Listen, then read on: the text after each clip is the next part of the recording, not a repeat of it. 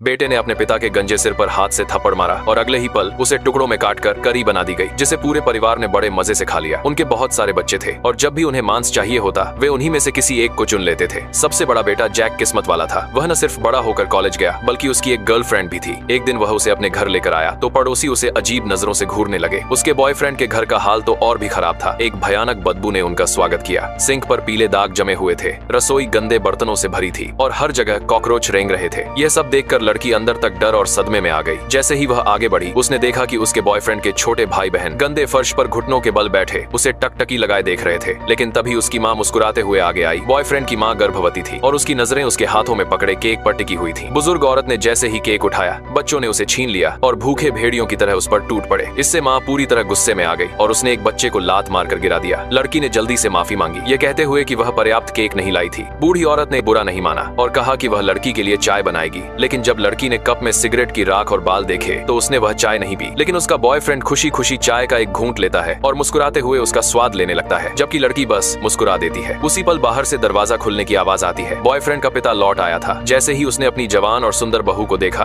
उसकी आंखों में चमक आ गई। लड़की वहां से जाने का कोई बहाना ढूंढने लगी। तभी छोटे भाइयों में से एक ने अपने पिता के सिर पर थपकी दी। तुरंत पिता ने उसे कमरे से बाहर खींच कर ले गया।